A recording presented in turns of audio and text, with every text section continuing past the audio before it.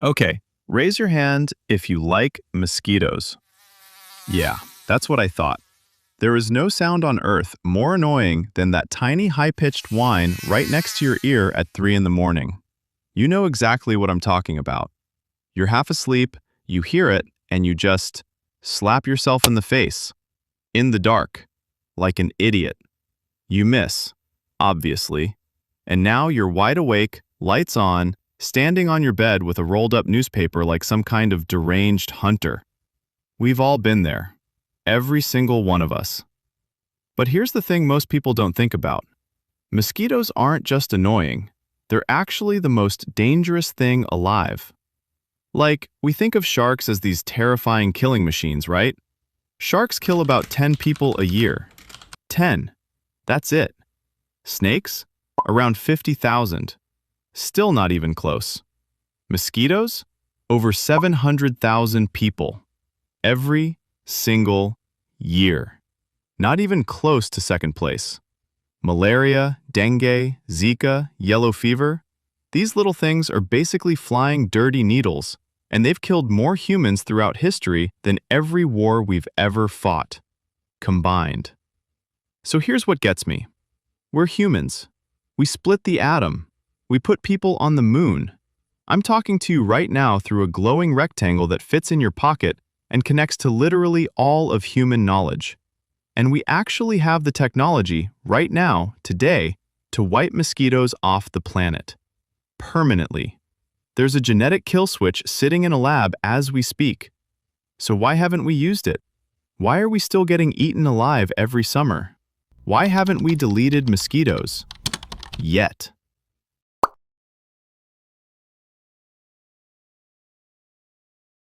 So first thing, we're not talking about bug spray here.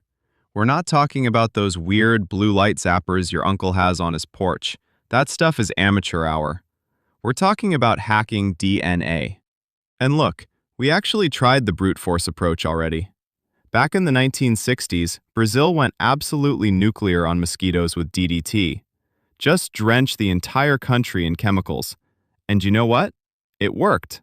They actually eliminated the Aedes aegypti mosquito from Brazil. Completely. Gone. Deleted. Done. For about 10 years. Then the mosquitoes came flooding back in from neighboring countries, and Brazil was right back to square one. Turns out you can't just poison your way out of a global problem. Who knew? So scientists went way deeper. They started messing with the actual genetic code. You've heard of CRISPR, right? It's basically a find and replace tool for DNA. You go in, you find the bit you don't like, you snip it out, you paste in something new. Scientists use this to try making mosquitoes that can't carry malaria. Cool, fine. But then somebody had a way crazier idea. What if, instead of fixing them, we just broke them? On purpose. That's how we got something called a gene drive. And this is where it gets properly scary. So normally, right, if you release a genetically modified mosquito into the wild and it mates with a regular one, the baby only has a coin flip chance of getting the modified gene. 50-50. Basic biology. That's way too slow to change a population of trillions. But a gene drive? It cheats. It forces the modified gene to get passed down almost every single time. Every generation. It's like a chain letter that literally cannot be broken. It just keeps spreading and spreading through the entire population. And there's two ways to use this thing. Option 1. You make all the female offspring sterile. They can't lay eggs. Population crashes within a few generations. Lights out. Option 2, and this one's newer, you don't kill the mosquitoes at all. You just reprogram them. In late 2025, a team published a paper in Nature showing they'd made mosquitoes that produce proteins from frogs and honeybees inside their guts. So when these mosquitoes bite someone with malaria, the parasite just dies inside them. The mosquito lives, the malaria doesn't. Both approaches work in the lab. Both are ready to go. So, why haven't we done it? Because of what happened in Burkina Faso. August 2025, West Africa. There's a team of scientists, mostly African researchers, who'd been working for years on a gene drive program called Target Malaria, funded by the Gates Foundation, backed by Imperial College London. This was the most advanced gene drive research project on the continent. Then, one morning, the government sent in the police. They raided the lab, took the computers, seized the research, and destroyed every single genetically modified mosquito sample in the building. The scientists said it was brutal, humiliating, years of work gone in a day. The government's argument? This technology is unpredictable and irreversible. Once you release a gene drive into the wild, you can't take it back. There's no undo button, no recall. It just keeps going. And that's the part that messes with your head, because they're not wrong. This isn't like releasing a chemical that breaks down over time.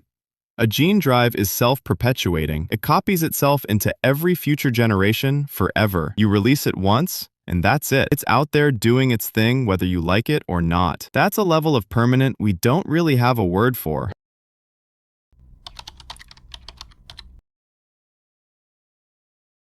And then there's the ecology question, which is the one everyone brings up. Ecosystems are complicated, right? Like, stupidly complicated. Every species is connected to a bunch of other species, and if you yank one out, stuff can go sideways in ways nobody predicted.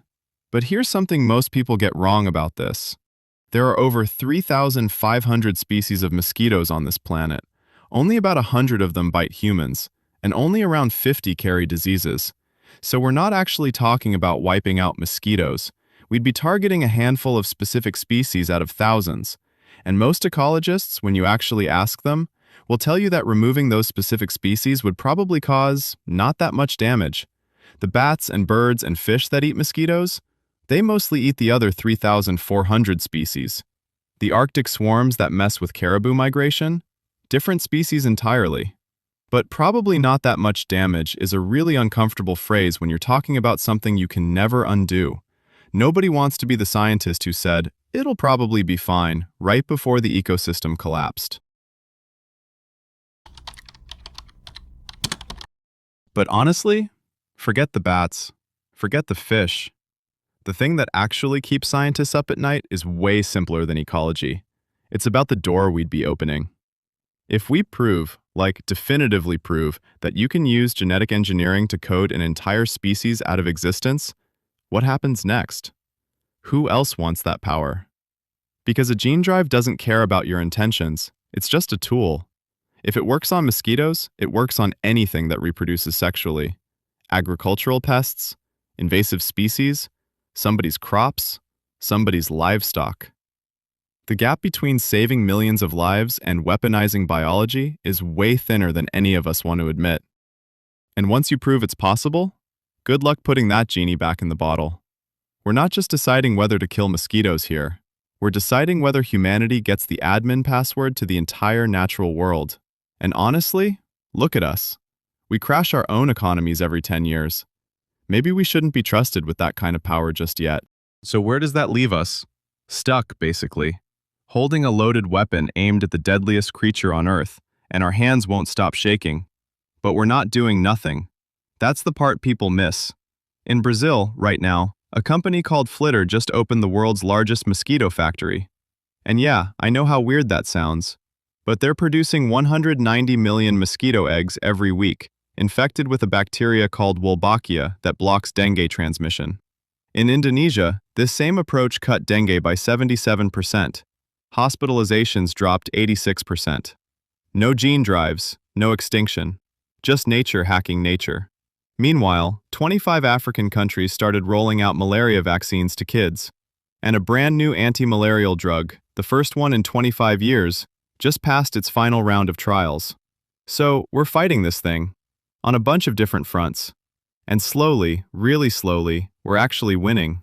Maybe one day we'll get desperate enough, or smart enough, to press the big red delete button. Maybe your grandkids will grow up in a world where the sound of a mosquito is just something old people complain about.